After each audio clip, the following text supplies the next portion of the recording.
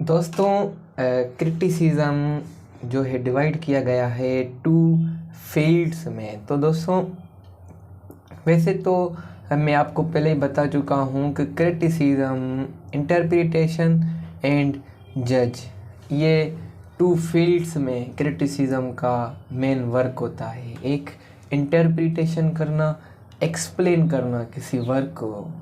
तो interpretative criticism मैं पहले भी आपको बता चुका हूँ और इंटरप्रिटेटिव क्रिटिसिज्म के टाइप्स भी मैं एक्सप्लेन कर चुका हूँ, आप ज़रूर देखिएगा। अब हम बात करते हैं जुडिशल क्रिटिसिज्म। तो दोस्तों, जुडिशल क्रिटिसिज्म एक जैसे कोर्ट में एक जज बैठता है, एक जस्टिस बैठता है, वैसे ही जुडिशल क्रिटिक जो होता है वो जज की तरह बिहेव करता है। वो एक प्रोसिक्यूटर की तरह बिहेव नहीं करता। प्रोसिक्यूटर मीन्स राइटर के खिलाफ मीन्स एप्लीकेशन जो एप्लीकेशन होती है वो दर्ज करवाना, but he will be a जज, he will be a justice of the writing of any author. ठीक है दोस्तों। तो अब जैसे जज का काम होता है फैसला सुनाना, तो वो फैसला सुनाकर अगर हमारे जो भी मीन्स मुल्ज़िम होता है वो उसका अगर गुनाह होता है तो उसको सज़ा दी जाती है। उसने वायोलेंस की, क्राइम किया, उसको सज़ा दी जाती है। तो सज़ा देने के बाद उसकी ज़िंदगी ना ख़त्म हो जाती है, जैसे मौत की सज़ा हो गई या वगैरह वगैरह, या 5 साल कैद की सज़ा, 6 साल, 10 साल कैद की सज़ा, 14 साल कैद की सज़ा।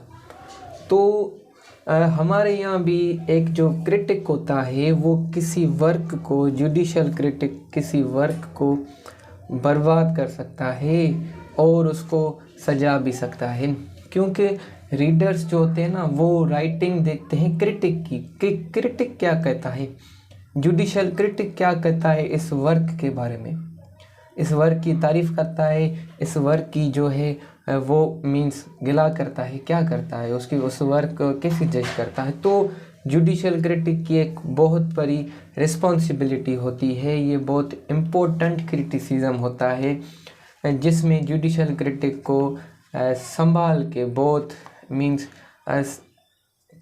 संभाल के स्टेप्स लेने पड़ते हैं, प्रिंसिपल्स को अप्लाई करके फिर क्रिटिसिज्म करना पड़ता है। तो जुडिशल क्रिटिसिज्म में एवोल्यूशन आ जाती है हमारी, एवोल्यूशन करता है जुडिशल क्रिटिक और फिर बताता है कि ये राइटिंग सही पूरी है, मीन्स कंप्लीट इन इटसेल्फ और मस्ट बी एडेड समथिंग, या इसमें कोई चीज़ ऐड की जाए, इस राइटिंग में किस चीज़ की कमी है जिसको पूरा किया जाए। ये जुडिशल राइटर क्रिटिक का काम होता है। दोस्तों, ये इम्पर्सनल होता है, मीन्स इट इज़ इम्पर्सनल। इसमें ना ही सिंपैथी दिखानी पड़ती है, ना ही रूडनेस। टू एक्सप्लेन, टू जज the work as it is. ठीक है दोस्तों। तो अब जुडिशल क्रिटिक जो क्रिटिसिज्म होता है वो 2 टाइप्स में जो है बटा हुआ है। इसमें एक होता है एथिकल क्रिटिसिज्म और other is legislative criticism.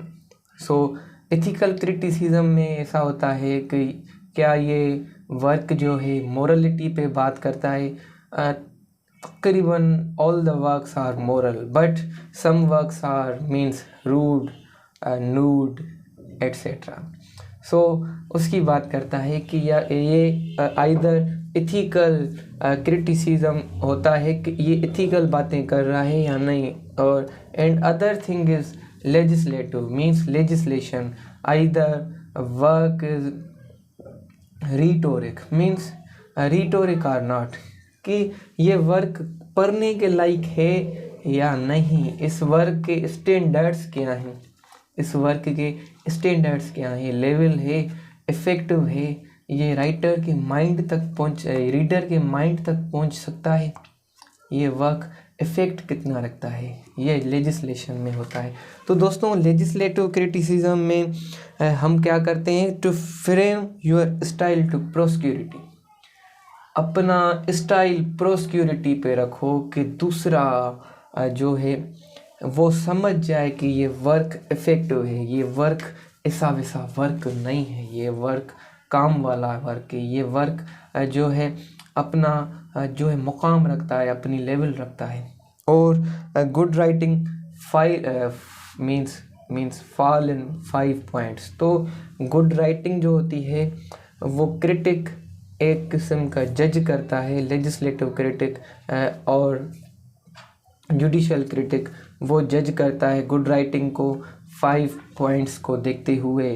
The 5 points are means stuff कि स्टफ पूरा है, सब्जेक्ट मैटर कैसा है, सब्जेक्ट मैटर कौन सा है, कौन से सब्जेक्ट मैटर पे बात कर रहा है, आइदर इस सब्जेक्ट मैटर जो है वो इम्प्लिक्ट तो नहीं है, वो मीन्स उसमें कमी तो नहीं है किस चीज़ की, सब्जेक्ट मैटर पूरा है। मीन्स अगर मैं किसी चीज़ को बयान कर रहा हूँ, मैं ब्यूटी को बयान कर रहा हूँ, तो ब्यूटी से क्या क्या होता है, ब्यूटी से लव होता है, ब्यूटी से खुशगवार प्लेजेंट होता है, ब्यूटी से हमारे जो है स्माइल होती है, ब्यूटी से हम हैप्पीनेस होते हैं। तो ये सब्जेक्ट मैटर पूरा हो, मीन्स अगर किसी भी सब्जेक्ट पे बात की जाए, किसी भी स्टफ पे बात की जाए तो वो कंप्लीट इन इटसेल्फ, वो कंप्लीट होना चाहिए। That number second thing in writing is major, उस वर्क की इम्पोर्टेंस कितनी है आज के दौर में, आज की एज में उस वर्क की इम्पोर्टेंस कितनी है, कितनी है, वर्क की वैल्यू कितनी है। Number third thing is concord, agreement between the words, grammar means एक किस्म का कोहेरेंस है, एक किस्म की कोहेरेंट है जो वर्ड्स हैं, जो ग्रामर है, जो हमारे आइडियाज़ हैं, एक आइडिया दूसरे आइडिया से कनेक्ट है। Number fourth thing is situation, situations means plot, हम प्लाट देते हैं कि ये आइदर इमेजिनेशन और आइदर रियल, किस कंट्री की बात की जा रही है, इमेजिनेशन में हमको कहाँ जाना है, क्या इमेजिन करना है, कौन सा प्लाट रखना है, ये सिचुएशन होती है। Number 5 thing is figure, in figure we design और पैटर्न द आवर राइटिंग। तो दोस्तों ये 5 चीज़ें हैं राइटिंग की। अब जुडिशल क्रिटिसिज्म जो होता है उसके जो मेन मोटिव है, जो मेन मकसद है वो ये है कि it's concerned with the order of merit among literary works, जो ऑर्डर हो, हमारे जो भी लिटरेरी वर्क्स हैं उसमें ऑर्डर हो, ऐसा नहीं कि ए के बाद सी आए, सी के बाद डी आए, सी के बाद बी आए, बी के बाद जो हमारे ई आए, ऐसा नहीं, फॉर्म हो, एक फॉर्म हो, एक फॉर्मल चीज़, एक मीन्स हमारे जो है मेरिट हो। ठीक है दोस्तों, merit means either it is written by the writer himself और इट इज़ बिन कॉपीड, या ये कॉपी किया गया है। Number second thing is laws means जो जुडिशल क्रिटिक होता है उसको ये ज़हन में रख के मीन्स एक क्रिटिसिज्म करना पड़ता है कि जुडिशल क्रिटिसिज्म है, जो भी लॉज अप्लाई होते हैं वो लॉज ऐसी इम्पोर्टेंस रखते हैं जिससे लॉज रखते हैं इम्पोर्टेंस, इससे स्टेट के जुडिशल क्रिटिसिज्म के लॉज इतने इम्पोर्टेंट हैं जितने स्टेट के लॉज होते हैं, जितने कंट्री लॉ होते हैं, कंट्री के मीन्स किसी भी मुल्क के लॉज होते हैं, किसी भी मॉरलिटी लॉज होते हैं, कोई भी हमारे एथिकल लॉज है, ऐसी इम्पोर्टेंस रखते हैं। और means fixed standards by which writers can be guided and literature judged. तो जुडिशल क्रिटिक को एक स्टैंडर्ड होता है उसका, उसको स्टैंडर्ड्स को लेके जो है ना, प्रिंसिपल्स को लेके, स्टैंडर्ड्स को लेके उसको जज करना पड़ता है, क्योंकि जो भी लिटरेचर हो वो लिटरेचर जो है ना वो अब राइटर से कंसर्न्ड है कि हम जो भी क्रिटिसिज्म करते हैं वो राइटर को करते हैं कि यार तुमको ये चीज़ें इम्प्रूव करनी है, ना कि रीडर्स, बट रीडर्स पढ़ते हैं। तो दोस्तों मैं एक बात बताने वाला हूँ। अब क्या होता है कि मैं एक बात बताने जा रहा हूँ, इसको याद रखना। एडिसन है ना, वो एक बहुत अच्छा क्रिटिक, बहुत इफेक्टिव क्रिटिक जो है ना वो साबित हुआ है। तो दोस्तों अब मैं एक बात बताने जा रहा हूँ कि अपनी फील्ड में वर्क करना चाहिए। ऐसा नहीं है कि मॉरल क्रिटिक आइडियली जो है जुडिशियल क्रिटिक करता है, ठीक है दोस्तों। हमको, मैं अगर आर्ट का बंदा हूँ, मुझे साइंस पे क्रिटिसिज्म नहीं करना चाहिए। मैं अगर साइंस का स्टूडेंट हूँ तो मुझे जो है मैथमेटिक्स के या मुझे कॉमर्स में इंटरेस्ट, उसको क्रिटिक नहीं करना चाहिए, मेरा काम ही नहीं है। तो दोस्तों मॉरल क्रिटिक जो भी हो वो जुडिशियल क्रिटिक ना करे। जुडिशियल क्रिटिक जो है हमारे इंटरप्रिटेटिव क्रिटिसिज्म ना करे।